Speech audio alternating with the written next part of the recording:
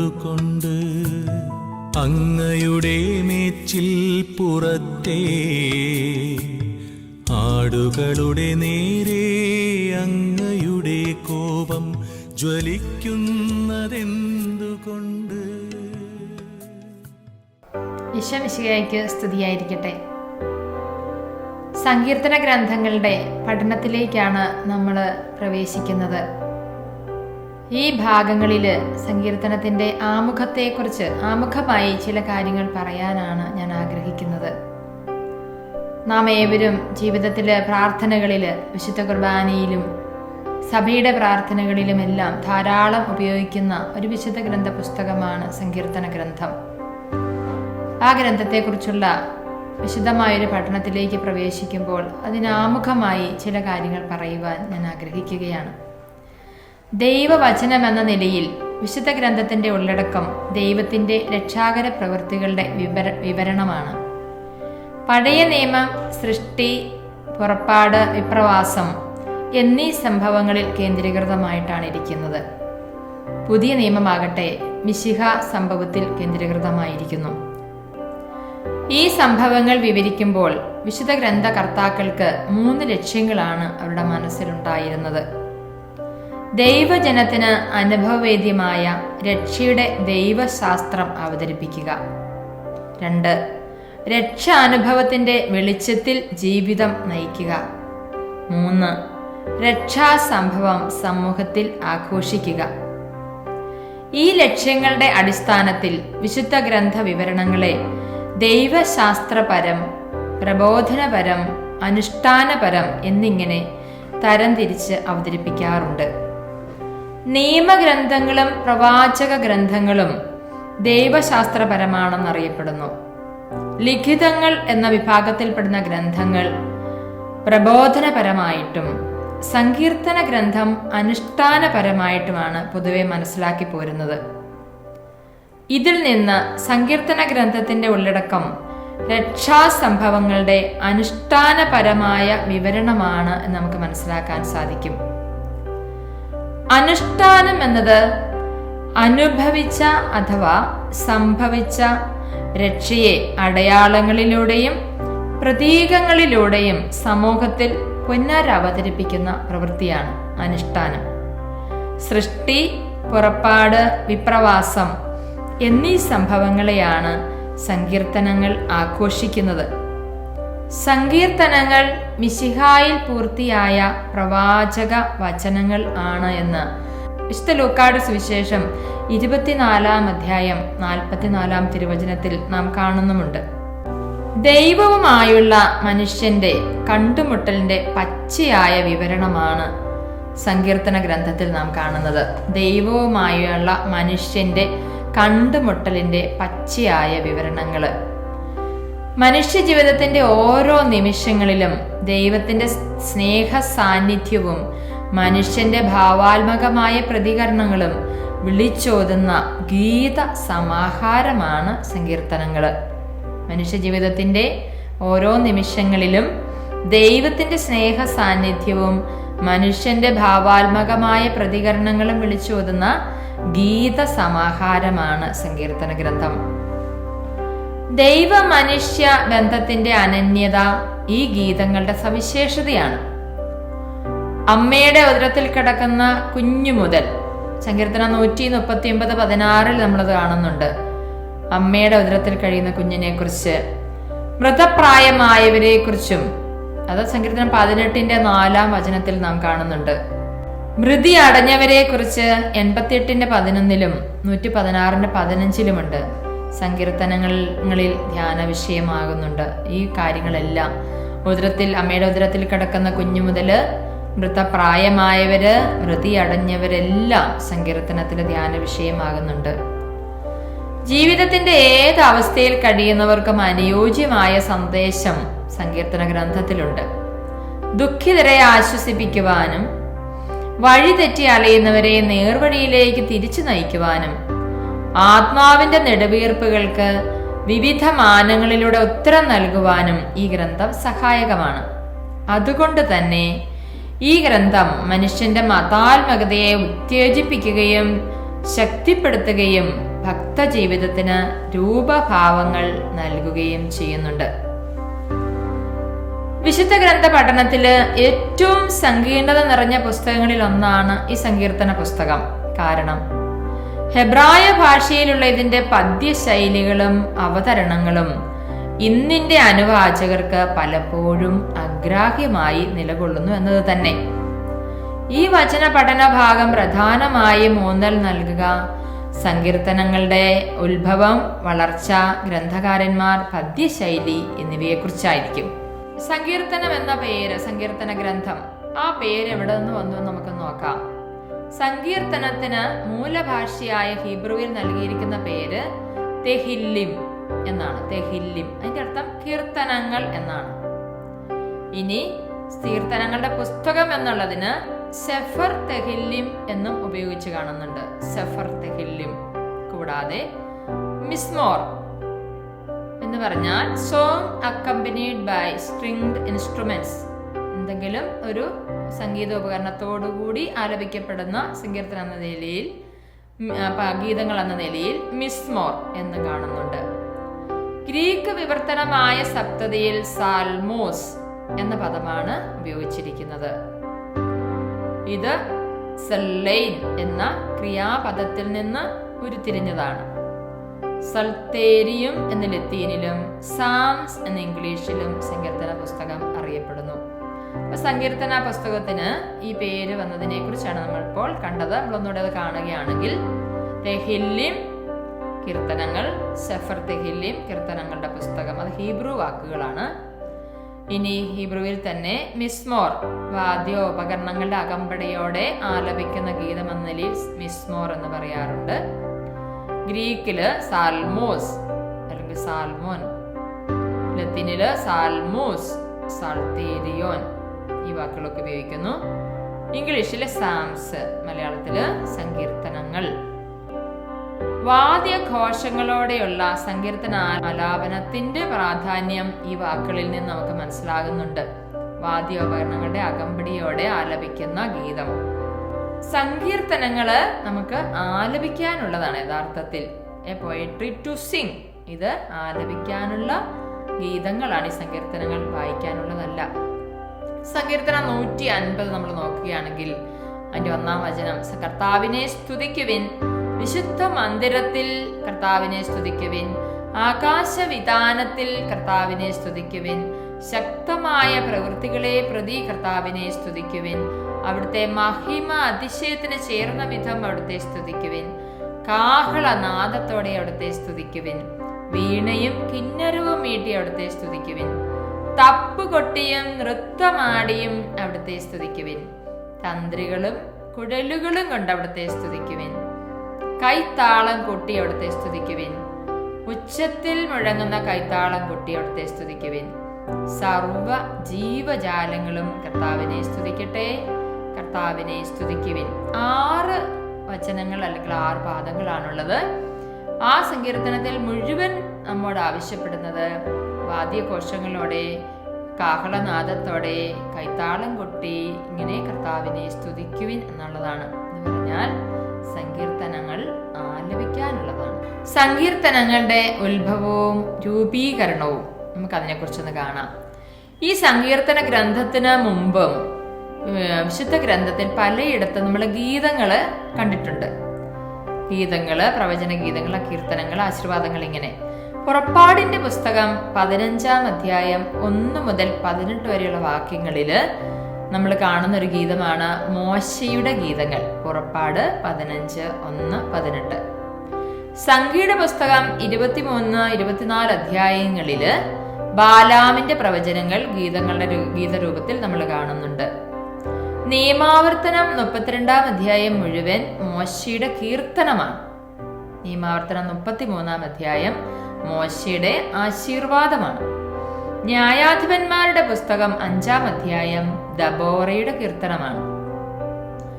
1 Samuel 2:1 മുതൽ 10 വരെയുള്ള വചനങ്ങളില് ഹന്നയുടെ കീർത്തനമാണ്. ഇങ്ങനെ ബൈബിളില് പല ഇടങ്ങളിലും ഗീതങ്ങള്, ഗീതരൂപത്തില് ദൈവവചനങ്ങൾ നമ്മൾ കാണുന്നുണ്ട്. ഇസ്രായേലിന്റെ ചരിത്രത്തിലെ പ്രധാനപ്പെട്ട ഏതാനും ചില സംഭവങ്ങളാണ് ഇവിടെയൊക്കെ വിവരിക്കുന്നത് അല്ലെങ്കിൽ അനുസ്മരിക്കുന്നത്. പക്ഷേ നമ്മളിപ്പോൾ ഇതിനു മുമ്പ് നമ്മൾ കണ്ട 6 ഗീതങ്ങള്, കീർത്തനങ്ങൾ, ആശീർവാദങ്ങള് സങ്കീർത്തനങ്ങളിൽ നിന്നവ വ്യത്യാസപ്പെട്ടാണ് ഇരിക്കുന്നത്. ഇവയുടെ ചരിത്ര പശ്ചാത്തലത്തിൽ നിന്നും ഇവ ഉയർക്കൊണ്ടതാകിയാൽ ആ ഗീതങ്ങളൊക്കെ മോശയുടെ കീർത്തനങ്ങളെ, മോശയുടെ ആശീർവാദം, ദബോറയുടെ കീർത്തനങ്ങൾക്ക് നമുക്ക് മനസ്സിലാക്കാൻ എളുപ്പമാണ്. എന്നാൽ സങ്കീർത്തനങ്ങളുടെ പശ്ചാത്തലം മനസ്സിലാക്കുക എന്നത് പ്രയാസമേറിയൊരു കാര്യമാണ്. ഉദാഹരണം പറയുകയാണെങ്കിൽ 2 സാമുവേൽ 22 തന്നിപ്പകർപ്പാണ് സങ്കീർത്തനം 18. സാമുവേലിന്റെ പുസ്തകം മനസ്സിലാക്കാൻ എളുപ്പമുള്ളത് കൊണ്ട് സങ്കീർത്തനം 18 മനസ്സിലാക്കാൻ നമുക്ക് എളുപ്പമാണ്. സങ്കീർത്തനങ്ങളുടെ ഉത്ഭവത്തെക്കുറിച്ചുള്ള പഠനം സങ്കീർണത നിറഞ്ഞതാണെന്ന് നമ്മൾ കണ്ടു കഴിഞ്ഞു. കാരണം ഇവ ഒരു ഗ്രന്ഥകർത്താവിനാൽ രചിച്ച് ഒരു പ്രത്യേക സമയത്ത് പുസ്തക രൂപത്തിൽ നമുക്ക് ലഭ്യമായതല്ല. ഇസ്രായേലിന്റെ ആരംഭം മുതൽ ക്രിസ്തുവിന്റെ കാലം വരെയുള്ള അനുഭവ വിവരണ ഗീതങ്ങളാണ് സങ്കീർത്തന ഗ്രന്ഥത്തിന്റെ ഇതിവൃത്തം. അതിനാൽ തന്നെ നമുക്ക് മറ്റ് ഗീതങ്ങളെ പോലെ മനസ്സിലാക്കാൻ അത്ര എളുപ്പമല്ല. സങ്കീർത്തന ഗ്രന്ഥം കാനോനിക ഗ്രന്ഥമാണ്. കാനോനികമായി അംഗീകരിക്കപ്പെട്ട ഒരു ഗ്രന്ഥമാണെന്ന് നമുക്കറിയാം. അത് അംഗീകരിച്ചത് AD 90 നടന്ന ജാമ്നിയ കൗൺസിലാണ്. സങ്കീർത്തനങ്ങളുടെ രൂപീകരണത്തിൽ പ്രധാനമായും 4 തലങ്ങളാണ് ഉള്ളത്. സങ്കീർത്തന രൂപീകരണത്തില് പ്രധാനമായും 4 തലങ്ങളുണ്ട്. അതേതൊക്കെയാണ്? 1. സങ്കീർത്തനങ്ങളുടെ രചന. 2.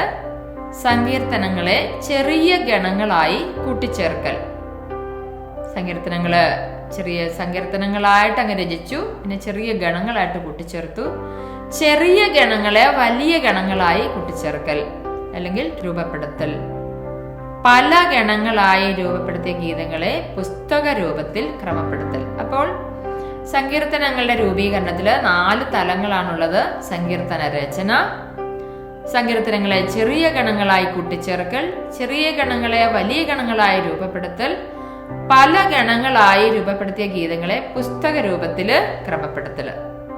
ദൈവസന്നിധിയിൽ വിശ്വാസിയുടെ ഹൃദയം തുറന്നു വെച്ച് എല്ലാ വികാര വിചാരങ്ങളും സമർപ്പിക്കലാണ് പ്രാർത്ഥനയെന്ന് സങ്കീർത്തന ഗ്രന്ഥം നമ്മെ ഓർമ്മിപ്പിക്കുന്നു. പ്രാർത്ഥന എന്നാൽ ദൈവസന്നിധിയിൽ വിശ്വാസികളുടെ ഹൃദയം തുറന്നു വെച്ച് എല്ലാ വികാര വിചാരങ്ങളും സമർപ്പിക്കുന്നതാണ് യഥാർത്ഥ പ്രാർത്ഥനയെന്ന് സങ്കീർത്തന ഗ്രന്ഥത്തിൽ നമുക്ക് മനസ്സിലാക്കാൻ സാധിക്കുന്നു. ദൈവ മനുഷ്യ ബന്ധം ഒരു ഞാൻ നീ ബന്ധമായിട്ട് അതിൻ്റെ ഒരു അനന്യതയായിട്ടാണ് സങ്കീർത്തന ഗ്രന്ഥം നമുക്ക് മനസ്സിലാക്കി തരിക. ഉദാഹരണം സങ്കീർത്തനം 73:25, 91 സങ്കീർത്തനം 116 തിരുവചനം. ഒന്നുകൂടി ഞാൻ പറയാം. സങ്കീർത്തനം 73:25, 91 സങ്കീർത്തനം 116 സങ്കീർത്തനത്തിന്റെ 16 പാദം. അപ്പൊ നമ്മൾ ഈ വചനങ്ങള് നമ്മൾ കേൾക്കുന്നവര് ഇത് എഴുതിയെടുത്ത് പിന്നീട് വായിക്കുന്നത് നമുക്ക് കൂടുതൽ മനസ്സിലാകുന്നതിന് എളുപ്പമായി തീരും. ഇസ്രായേലിന്റെ ചരിത്ര പ്രതിഫലന പുസ്തകമായി സങ്കീർത്തന ഗ്രന്ഥത്തെ വിശേഷിപ്പിക്കാം. ഇസ്രായേലിന്റെ ചരിത്ര പ്രതിഫലന പുസ്തകം. ദൈവത്തെ സൃഷ്ടാവും രക്ഷകനുമായി പ്രകീർത്തിക്കുകയാണ് ഈ ഗീതങ്ങള്. ഓരോ ഗീതവും വിശ്വാസത്തിന്റെ വെളിച്ചത്തിൽ അതിന്റെ യഥാർത്ഥ പശ്ചാത്തലത്തിൽ നിന്നുകൊണ്ട് വേണം മനസ്സിലാക്കാൻ. ഇപ്പൊ സങ്കീർത്തനങ്ങളെ 150 സങ്കീർത്തനങ്ങളാണുള്ളത്. ഓരോ ഗീതവും വിശ്വാസ വെളിച്ചത്തില് യഥാർത്ഥ പശ്ചാത്തലത്തിൽ നിന്നുകൊണ്ട് മനസ്സിലാക്കുമ്പോഴാണ് നമുക്ക് അതിന്റെ പൂർണ്ണമായ അർത്ഥം ഗ്രഹിക്കാൻ സാധിക്കുക. എന്തിനാണ് ഈ വിശുദ്ധ സങ്കീർത്തന ഗ്രന്ഥം എഴുതിയിരിക്കുന്നത്? വിശുദ്ധ ഗ്രഹിതം എന്തിനാണെന്നുള്ള കാര്യം 2 തിമോത്തി 3:16-17 നാം കാണുന്നുണ്ട്. 2 തിമോത്തിയോസ് എഴുതിയ പൗലോസിലേക്ക് എഴുതിയ 2-ാം ലേഖനം 3-ാം അധ്യായം 16-17. ഒരു പക്ഷേ നമുക്കത് അറിയാവുന്നതായിരിക്കാം. വിശുദ്ധ ലിഖിതമെല്ലാം ദൈവനിവേശിതമാണ്. അവ പ്രബോധനത്തിനും ശാസനത്തിനും തെറ്റുതിരുത്തലിനും നീതിയിലുള്ള പരിശീലനത്തിനും ഉപകരിക്കുന്നു. ഇതുവഴി ദൈവഭക്തനായ മനുഷ്യൻ പൂർണ്ണത കൈവരിക്കുകയും എല്ലാ നല്ല പ്രവൃത്തികളും ചെയ്യുന്നതിന് പര്യാപ്തനാവുകയും ചെയ്യുന്നു. ഒന്നുകൂടി വചനം ഓർക്കാം. വിശുദ്ധ ലിഖിതമെല്ലാം ദൈവനിവേശിതമാണ്. അവ തെറ്റുതിരുത്തലിനും അവ പ്രബോധനത്തിനും ശാസനത്തിനും തെറ്റുതിരുത്തലിനും നീതിയിലുള്ള പരിശീലനത്തിനും ഉപകരിക്കുന്നു. ഇതുവഴി ദൈവഭക്തനായ മനുഷ്യൻ പൂർണ്ണത കൈവരിക്കുകയും എല്ലാ നല്ല പ്രവൃത്തികളും ചെയ്യുന്നതിന് പര്യാപ്തനാവുകയും ചെയ്യുന്നു. നമ്മൾ കണ്ടു കഴിഞ്ഞതാണ് വിശുദ്ധ ഗ്രന്ഥത്തിന്റെ ഉള്ളടക്കം ദൈവത്തിന്റെ രക്ഷാകര പ്രവൃത്തിയുടെ വിവരണമാണ്. പഴയ നിയമത്തിൽ 3 കാര്യങ്ങളാണ് വിവരിക്കുന്നത് നമ്മൾ പറഞ്ഞിരുന്നത്. ഏതൊക്കെയാണ്? സൃഷ്ടി, പുറപ്പാട്, വിപ്രവാസം. ഈ 3 സംഭവങ്ങളാൽ കേന്ദ്രീകൃതമാണ് പഴയ നിയമഗ്രന്ഥം. നമ്മൾ ഒന്നുകൂടി പറയുകയാണ്, വിശുദ്ധ ഗ്രന്ഥ വിവരണങ്ങളെ നമ്മൾ എത്രയായിട്ട് തിരിച്ചു എന്നാ പറയുന്നത്? വിശുദ്ധ ഗ്രന്ഥ വിവരണങ്ങളെ ദൈവശാസ്ത്രപരം, പ്രബോധനപരം, അനുഷ്ഠാനപരം. ഇനി ദൈവശാസ്ത്രപരം എന്ന് പറയുന്നത് ഏതൊക്കെയാണ്? നിയമഗ്രന്ഥങ്ങളും പ്രവാചക ഗ്രന്ഥങ്ങളും ദൈവശാസ്ത്രപരമാണ്. ലിഖിതങ്ങൾ എന്ന് പറയുന്ന ആ വിഭാഗത്തിൽപ്പെടുന്ന ഗ്രന്ഥങ്ങളൊക്കെ നമ്മൾ പ്രബോധനപരമായിട്ടും സങ്കീർത്തനങ്ങളെ അനുഷ്ഠാനപരമെന്നുമാണ് നമ്മൾ മനസ്സിലാക്കുന്നത്. നമ്മളൊന്ന് കണ്ടതായിരുന്നു. ഇനി ആരാണ് സങ്കീർത്തന ഗ്രന്ഥത്തിന്റെ കർത്താവ്? പെട്ടെന്ന് നമ്മുടെ മനസ്സിലേക്ക് വരുന്ന ഒരാളാണ്. ആര്? ദാവീദിന്റെ സങ്കീർത്തനം, ദാവീദിന്റെ കിന്നരം എന്നൊക്കെ നമ്മുടെ മനസ്സിലുള്ളതുകൊണ്ട് നമ്മൾ പെട്ടെന്ന് വിചാരിക്കും ദാവീദാണ് സങ്കീർത്തനങ്ങൾ മുഴുവൻ എഴുതിയതെന്ന്. അങ്ങനെ ഒരു വിശ്വാസമുണ്ട് താനും. യഹൂദ ക്രൈസ്തവ പാരമ്പര്യം അനുസരിച്ച് ദാവീദാണ് സങ്കീർത്തനങ്ങൾ രചിച്ചതെന്ന് വിശ്വസിച്ചു പോരുന്നു. വിശുദ്ധ ലൂക്കായുടെ സുവിശേഷം 20-ാം അധ്യായം 42-ാം തിരുവചനത്തില് ദാവീദ് തന്നെയും സങ്കീർത്തന പുസ്തകത്തിൽ പറയുന്നു എന്ന് പറയുന്നുണ്ട്. അതിന് ബോധജനകമായ ഒരു തെളിവാണത്. ദാവീദാണ് വിശുദ്ധ ഗ്രന്ഥം എഴുതിയെന്ന് വിശ്വസിക്കാനുള്ള ഒരു തെളിവാണ്.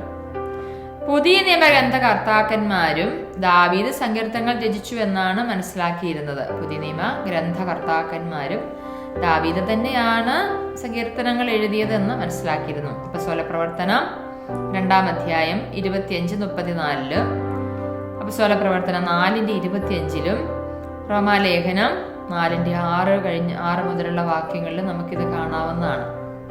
ദാവീദാണ് സങ്കീർത്തനം എഴുതിയത് എന്നതിനുള്ള വിശ്വസിക്കാൻ പോരുന്ന തെളിവുകൾ. ഇനി അങ്ങനെ നമ്മൾ വിശ്വസിക്കാൻ കാരണമുണ്ട്. കാരണം ആരാധനാക്രമ സംഘാടകനും പാട്ടുകൾ രചിക്കുന്നവനും സംഗീത വിദഗ്ധനുമായിട്ടാണ് സാമുവേലിന്റെ 1-ാം പുസ്തകം 16-18 മുതൽ 23 വരെയുള്ള വാക്യങ്ങളിൽ ദാവീദിനെ പറ്റി പരാമർശിക്കപ്പെടുന്നത്. 1 സാമുവേൽ 16-18-23 ദാവീദിനെ അവതരിപ്പിക്കുന്ന ഒരു സംഘാടകനാണ്, ഒരു ആരാധനാക്രമ സംഘാടകനാണ്, നല്ല ഗാനരചയിതാവാണ്, സംഗീത വിദഗ്ധനുമായിട്ടാണ്. 55 സങ്കീർത്തനങ്ങൾ ആരംഭിക്കുന്നത് ഗായക സംഘ നേതാവിന് എന്നൊരു ടൈറ്റിലോടുകൂടിയാണ്. സങ്കീർത്തനങ്ങൾ എടുത്ത് വെച്ച് നമ്മൾ വായിച്ചു നോക്കുകയാണെങ്കിൽ നമുക്ക് മനസ്സിലാക്കാൻ പറ്റും ഗായക സംഘ നേതാവിന് എന്ന്. 55ഓളം സങ്കീർത്തനങ്ങൾ ആ രീതിയിലാണ് അതിൻ്റെ ടൈറ്റിൽ ഇട്ടിരിക്കുന്നത്. സമൂഹത്തിൽ സങ്കീർത്തനം പാടുന്ന ദാവീദിനെയും നമ്മൾ കാണുന്നുണ്ട്. 55 സങ്കീർത്തനങ്ങൾ ആരംഭിക്കുന്നത് ഗായക സംഘ നേതാവിന് എന്നുള്ള ഒരു ഹെഡിങ്ങോട് കൂടിയാണ്.